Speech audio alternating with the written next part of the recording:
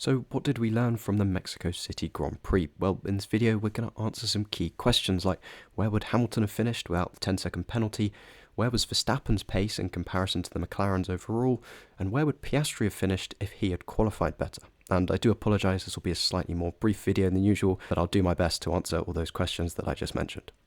So first of all, let's have a look at the race pace, and yes, this is slightly confusing upon first inspection, but I'll break it down for you. So the main thing we need to look at is that there are two different strategies going on here. There's a one-stop, so this is Norris over here, of course, incredibly quick. Also on a one-stop, we had Verstappen and also Leclerc. So let's just look at those first, and then we'll look at the two-stop, because the people on two-stop had fresher tyres for more of the race. They used more sets, and that's why their pace, which is just the true pace, the average of their racing lap times, excluding outliers, which includes pit stops, looks like. So those people with an extra pit stop, their pace is inflated.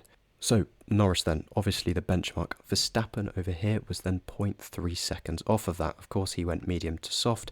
Perhaps a slightly suboptimal strategy with how bad that medium was to be on that at high fuel and also when the track temperatures were highest. But still, plus 0.3, could it have been less than that gap had he have not had the traffic and had to do all the overtaking? It's quite possible. Don't forget, he was driving a lot in dirty air.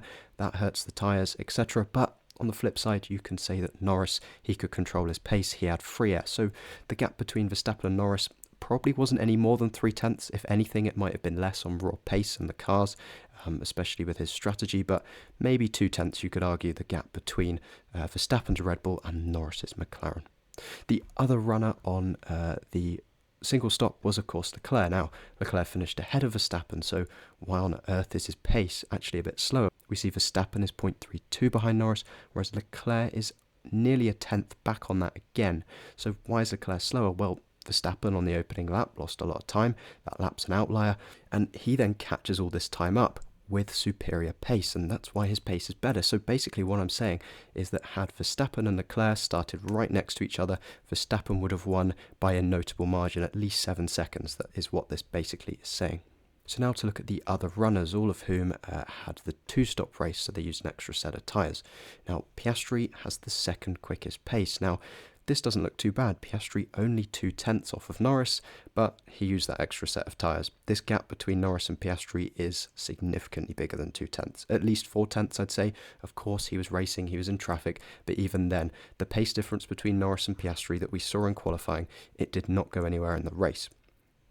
That said, had Piastri and Hamilton started next to each other, Piastri would have come out on top. His pace was not bad. Of course, he started far back. That's why he still ended far back. But ultimately, his pace wasn't bad.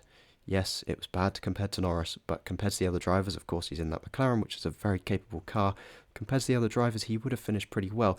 However, out of Norris, Piastri and Verstappen, Piastri would have been slower than Verstappen if Piastri was on a single stop, because look here, he's only a tenth quicker than Verstappen, even having used an extra set of tyres. And then looking at the other drivers on two-stop, we see Hamilton here actually pretty decent pace, slightly slower than Piastri. Those two ran pretty much identical strategies, but honestly that's not bad. Had he not have had that 10-second penalty, he would have finished ahead of Antonelli, ahead of Behrman, ahead of Russell. And then looking back to the Mercedes guys, we see the gap between Antonelli and Russell, Antonelli actually being a tenth quicker on average, but ultimately these two were incredibly closely matched. I mean, we saw them swapping positions and it barely making any difference. So these two running pretty much the same pace. And then Behrman, honestly, incredible pace. He is sat right there in between these two Mercedes drivers. That Haas in Behrman's hands was as quick as those Mercedes guys, which is honestly awesome to see. And we did see some slight indications of this in Friday practice when they had a good race run. So it was really cool to see this transpire into the actual race. And then the final point to make on this is actually just how ridiculously fast Norris and that McLaren were. I mean, the fact that he is clearing everyone by 0.2 on average a lap. Yes, of course, in free air, but that, while being on a set less of tyres than these guys, it is honestly seriously impressive that he pulled out that 30-second gap. Now, looking down to consistency, well, here we go. It's Verstappen once again. This is starting to become a little bit of a trend, him being the furthest up this chart. Don't forget, this is standard deviations of the consistency of each stint, which is then averaged. So lower on this chart means much better. The lower the bar, the more consistent the driver, and Verstappen the most consistent. Norris then pretty close behind in second. So those two drivers doing incredibly. What I will point out is that Verstappen has somehow managed to be the most consistent driver, despite the overtaking, despite the traffic and the dirty air. Of course, Norris has done an incredible job. It was a very clean drive from him, but he had free air, so you can't really compare his consistency versus Verstappen like for like. Leclerc then stands out as doing a good job, despite being under a lot of pressure with Verstappen catching him at the end on very old medium tyres. Antonelli also doing a much better job than Russell, which perhaps contributed to his slightly superior pace. And then Piastri sort of in the middle of this bunch with a lot of the other guys that use the 3 sets of tyres. And now finally for a quick bit of tyre talk, because who doesn't love a bit of that? If we look at Leclerc, Hamilton, Norris, Piastri, first thing I want to point out, Leclerc on those medium tyres does an incredible job. Again, this is a lower is better graph, lower the bar, better the tyre wear.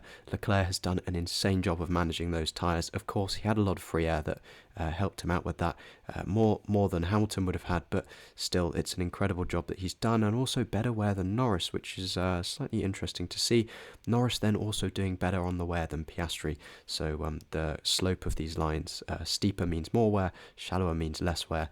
We see a steeper dotted line over here for Piastri as his lap times increase due to tyre wear, and these are fuel adjusted lap times that account for the fuel burn. On the soft tyre then, we see the McLarens have an advantage on wear. Leclerc and Hamilton, very similar. Norris again edging out Piastri. It's expected with traffic, but that just goes to show that these sort of correlations that we expect do exist in the data. It's a little bit hard to compare Verstappen because he did basically his strategy backwards by going medium soft. He then had high fuel on the medium, so that's kind of it changes the degradation a bit. Also higher track temperatures on the medium, as I mentioned earlier.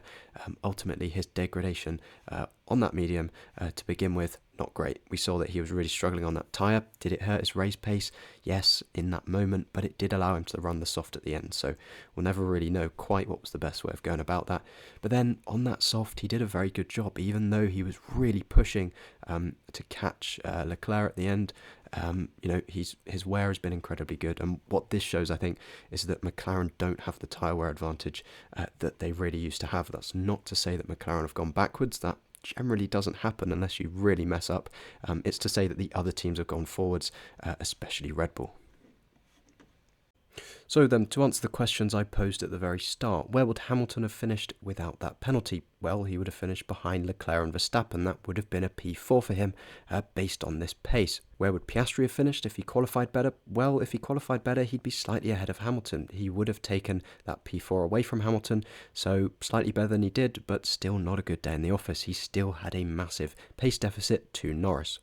And then what about the overall pace of Red Bull and Verstappen compared to McLaren? Well, compared to Norris, it's not too bad, but it's certainly not what the last few races would have told us. And that is quite interesting to see. I think a lot of people were expecting this unstoppable charge from him, but it does look like they were lacking at least a couple of tenths at this track. So that's all the data I have for you. I hope you found this useful. Please do comment below your thoughts on the race, and I'll see you in 2 weeks' time for the Brazilian Grand Prix, which I'm really looking forward to. But see you then.